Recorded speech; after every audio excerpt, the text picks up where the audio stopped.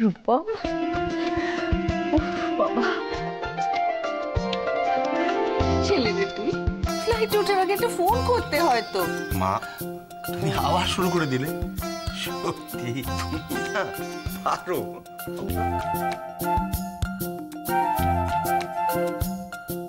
হ্যাঁ তাই তো, শুরু করে দিলে।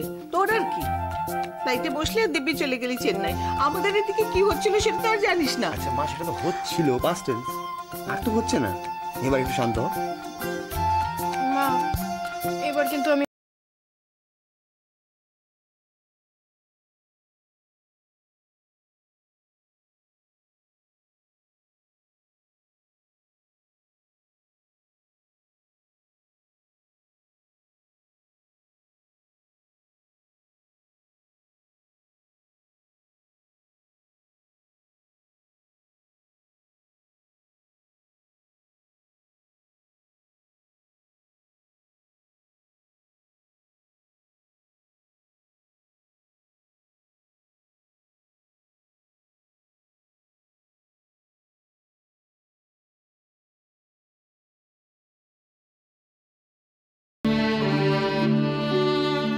ওমা, বাবুর আবার গোসা হলো বুঝি?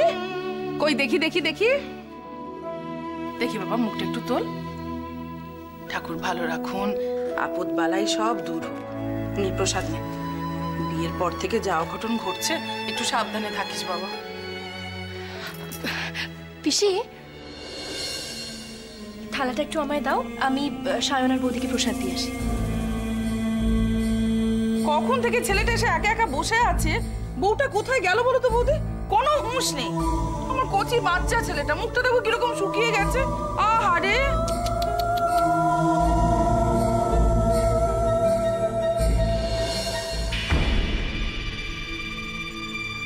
মেনলি এটা নিয়েই আলোচনা করতে আজকে আসা। This is our office plan. আমাদের এই অফিস প্লট থেকে 1/2 কিলোমিটার দূরে হচ্ছে বাস ডিপো, আর 2 কিলোমিটার দূরে একটা সরকারি হাসপাতাল। ও শুভ্র, এই প্লটটা পাওয়ার জন্য একটা মারোয়ারি উঠে পড়ে লেগেছিল, বিড়ির ফ্যাক্টরি করবে। ওনার রাজি হলো না, খুব সহজেই প্লটটা পেয়ে গেলাম। এই প্রভাত, তুমিও দেখে নাও প্ল্যানটা।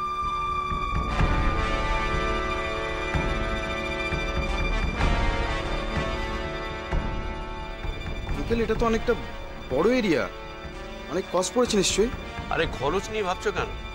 আমরা ব্যবসায়ী মানুষ, এক হাতে টাকা ফেলবো, 2 হাতে টাকা তুলে আনবো।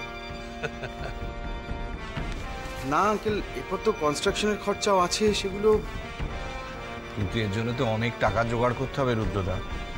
আমার অবস্থা তো তুমি জানো। আরে চিন্তা নেই, আমি তো স্লিপিং পার্টনার, টাকা দিয়েই খালাস। টোটাল লেবার তো দেবে তুমি, সুপারভিশন থেকে এক্সিকিউশন সমস্ত দায়িত্বটাই তো তোমার। আমার আমার ভীষণ টেনশন হচ্ছে রুদ্রদা, এত বড় কর্মকাণ্ড আমি সামলাতে পারবো? তোমার উপরে আমার পুরো ভরসা আছে শুভ্র। এই তো রুমা এসে গেছে। আর একটা গুড নিউজ দিই, প্রজেক্টের হেড অফিসটা আমাকে কলকাতাতেই করতে হচ্ছে। এতে কন্ট্রাক্টগুলো করতে খুব সুবিধা হবে। বাবা, এত কাজকর্ম একা কি করে সামলাচ্ছেন দাদা? আরে একা কেন হবে, রূপম আছে না, ও একাই সব সামলাবে। হেড অফিসের ইন্টেরিয়র থেকে কম্পিউটার সমস্ত কিছু ও সামলাবে। সেই ছেলেমেয়েরা কর্মঠ হলে বাবা মায়ের কত উপকারী না হয়, তাই না?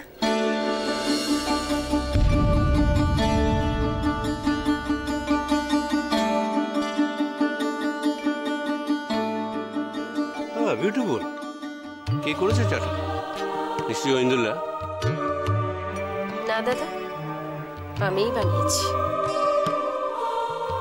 ও আচ্ছা আঙ্কেল, প্রোডাকশনের কাজ কবে থেকে শুরু হচ্ছে তাহলে? আরে দাঁড়াও, আগে হেড অফিসটা তো ফুল ফ্লেজে চালু করতে হবে। এখন বাজারে যে কম্পিটিশন, তাতে মার্কেটিং স্ট্র্যাটেজিটা ঠিক না হলে কিচ্ছু হবে না প্রভা। ওই অফিসের কাজ অনেক বাকি আছে, তাই না দাদা? এই ছোটখাটো ইলেকট্রিক্যাল কাজ একটু বাকি আছে।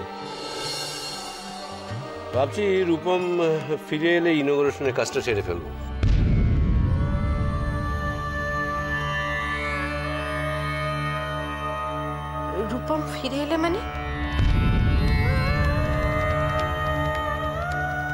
রিপন কোথায় গেছে?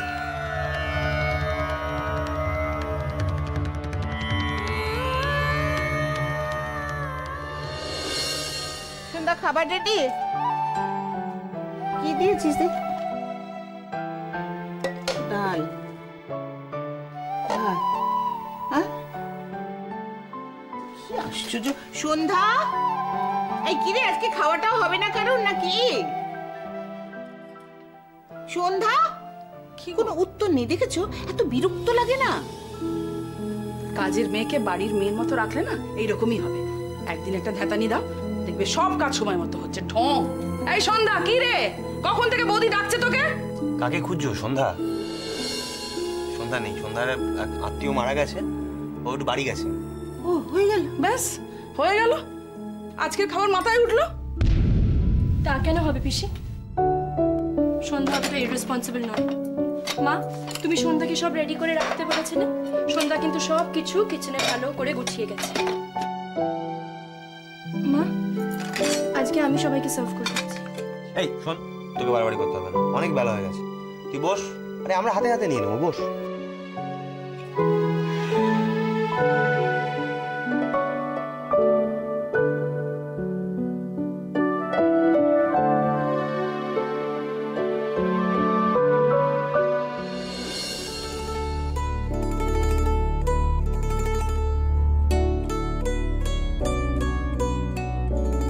শ্রেয়া খেয়েছে?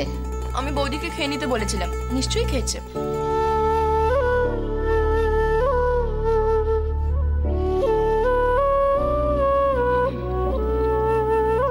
মা, আজকাল তো সন্ধ্যা বেশ ইনোভেটিভ হয়ে যাচ্ছে, রোজ নতুন নতুন রান্না করছে।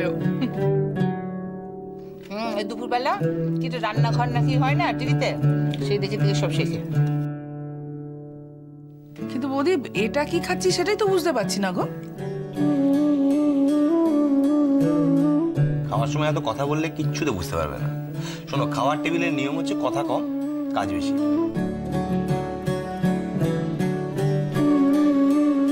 এইটুকু সময়ের ভেতরে এত কিছু কি করে বানিয়ে ফেললো তাই ভাবছি। এইটা কিসের পাকোড়া রে? মা, আমার না মনে হচ্ছে এটা চিংড়ি মাছ। চিংড়ি? আগে বলবি তো। এটা যে চিংড়ির পকোড়া সেটা বুঝতে তোর এতক্ষণ সময় লাগলো? তুই জানিস না রূপমের চিংড়িতে অ্যালার্জি রয়েছে? আগে একবার এই নিয়ে ওকে হসপিটাল পর্যন্ত যেতে হয়েছিল। মা মা মা মা প্লিজ প্লিজ, এত টেনশন করো না, দাঁড়াও না, কিছু নেই। আগেরবার ডাক্তারবাবু বারবার বলে দিয়েছিল একটা ছোট্ট চিংড়ি মাছও তোর কাছে বিষের মতো। বাবা বেশি খাইনি, কিছু হবে না, অল্প একটু খেয়েছি।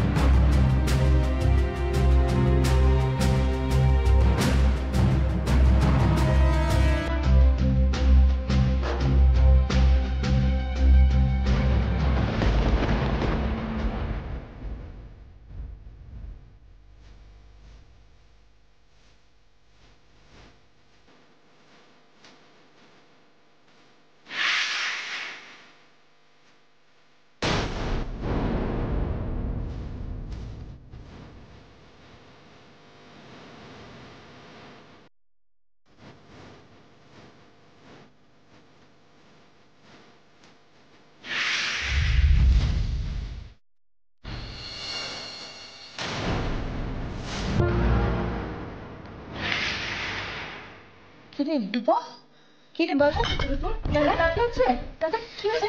দাদা একটু জল খা না। দাদা দাদা একটু জলটা খেয়ে দাদা। বেশি বেশি কষ্ট হচ্ছে। এই দাদা, দাদা কি হয়েছে বলবে তো? এই দাদা কিছু বল না দাদা। কথা বলছিস না কেন রূপন? কি হয়েছে? কি সকাল কষ্ট হচ্ছে বাবু? দাদা দাদা, বৌদি, কাকে তুমি কথাটা বলছো? ও কি কথা বলার মতো অবস্থা আছে নাকি?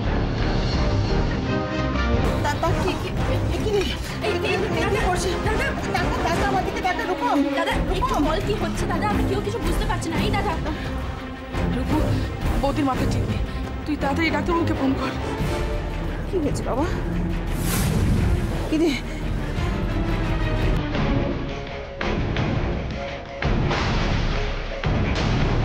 বৃষ্টি হচ্ছে না মা মা ডক্টর ফোন সুইচড অফ।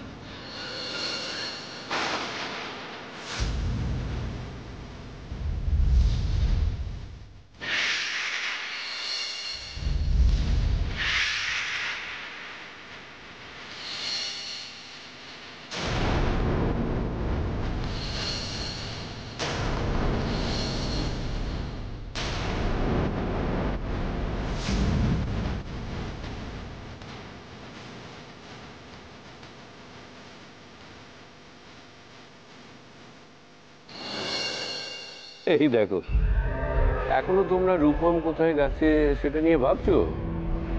ব্যবসার কাছে বাইরে গেছে, আর বিকেলেই চলে আসবে। না দাদা, আপনি বললেন না যে ও ফিরে এলে তবে বাকি কাজ হবে, তো সে মা, রুদ্র আঙ্কেল কথার কথা বলেছেন একটা, যে ফিরে এলে। তুমিও না এত ভাবো সব ব্যাপার নিয়ে। আসলে রুদ্র আঙ্কেল বলতে চাইছেন যে ইনঅগ্রেশনটা খুব শিগগির হবে, তাই তো? দেখেছো রুমা, কি ইন্টেলিজেন্ট ছেলে তোমার। আমার মাথায় এখন শুধু প্রোডাকশনটা নিয়ে ঘুরপাক খাচ্ছে। বাড়িতে এ নিয়ে ক্রমাগত ভুলভাল করে চলেছি, আর বিথির কাছে বকা খাচ্ছি। অনেক তো বেলা হয়ে গেল, আজকে দোকানে তো না বেরোলেই হয়। রুদ্রদা, যাবো যখন মনস্থ করেছি তখন একবার ঘুরেই আসি।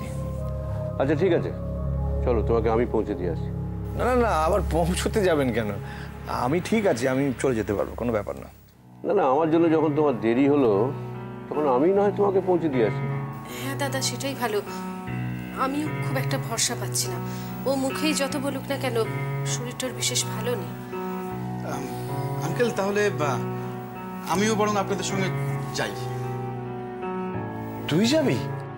যেতে চাইছি যখন, তখন চলুক না আমার। এক সেকেন্ড। হ্যালো, সে কি? কখন থেকে? হ্যাঁ, ও ডক্টর মুখার্জিকে কল করেছিস? হ্যাঁ, আমি আসছি, এক্ষুনি আসছি। কিরকম এরকম করছিস কেন? শ্রেয়া, বিথি ওরা কোথায়? হ্যাঁ হ্যাঁ, আমি আসছি, এক্ষুনি আসছি, এক্ষুনি।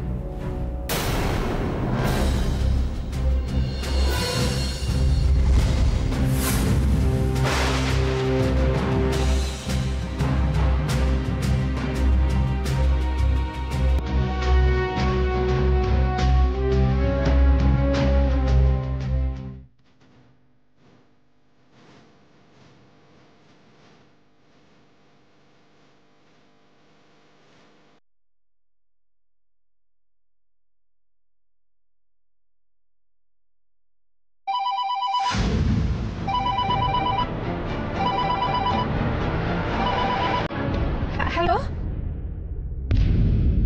না আমি প্রবালের মা বলছি। একটু ধরুন।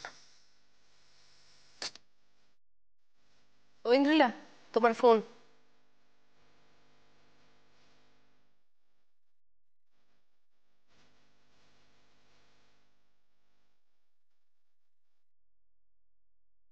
হ্যালো বেবি, তখন বলে ফোনটা করছি, এতক্ষণ হয়ে গেল ফোন করলে না। আমি তোমার মোবাইলে ফোন করছি, ফোনটা সুইচড অফ। তুমি জানো আমি ল্যান্ড ফোনে ফোন করতে একদম পছন্দ করি না।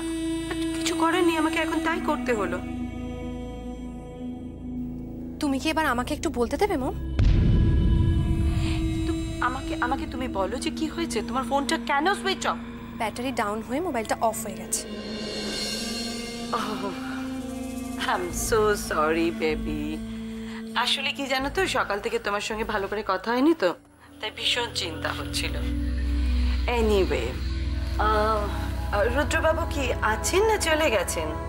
না, উনি একটু আগে চলে গেছেন। এই রে, বাবা যদি এখন ফোন করে তাহলে তো ল্যান্ড ফোনটা এনগেজ পাবে।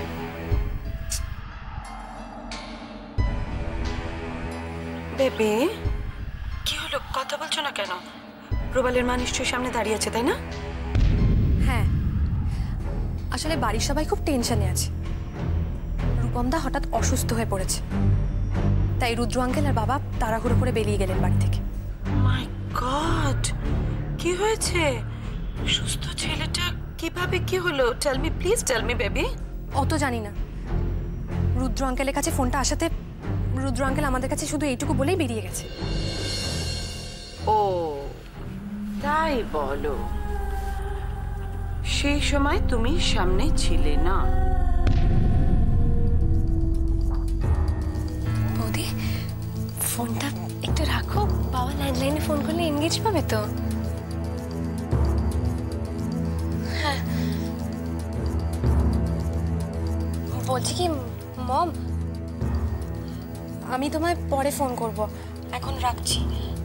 বাবা ল্যান্ডলাইনে যে মুহূর্তে ফোন করে জানাবে আমি সেই মুহূর্তেই তোমাকে ফোন করে সব খবর দিয়ে দেব। এখন রাখি। ওকে বেবি, ওকে, টেক কেয়ার।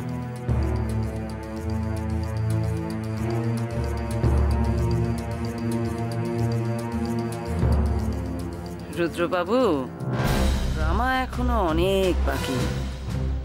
ক্যারেক্টারলেস মেয়েকে বাড়িতে যখন ঢুকিয়েছেন, কপালে দুঃখ আপনার অবধারিত।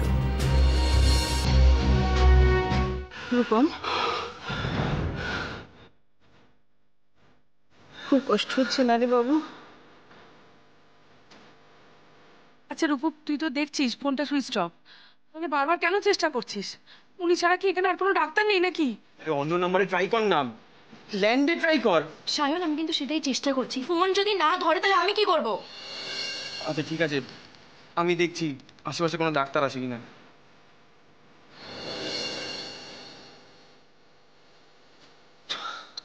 রূপম, তুই চোখটা খুলে রাখ, চোখটা বুঝিস না, চোখটা খুলে রাখতো বাবু। আমার কাছে একটা অ্যান্টি অ্যালার্জিক ট্যাবলেট আছে, দেব? কিছু কাজে দিতে পারে। যে কোনো ওষুধ যে কোনো রোগে চলে নাকি? তারপর দেখা যাবে হিতে বিপরীত হচ্ছে। তা বলে ডক্টর না আসা পর্যন্ত ওকে এভাবে কষ্ট পাবে? এটা নতুন কথা কি? এসে থেকে তো দেখছি ছেলেটা এভাবেই কষ্ট পেয়ে যাচ্ছে। আচ্ছা পিসি, এখন এসব কথা না বললেই নয়। আর বৌদি, যদি ট্যাবলেটটা কাজ করে তাহলে নিয়ে এসো না, যাও এক্ষুনি নিয়ে এসো। আমার কাছে আছে, আমি খাইয়ে দেবো।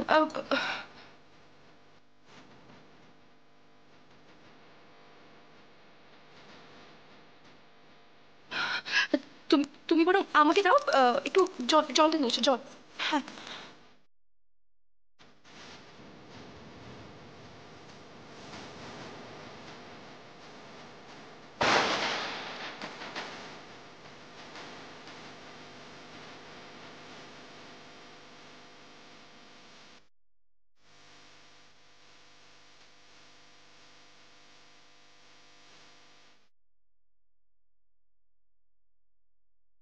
বৌদি, হ্যাঁ, এই না, দে দে রূপম।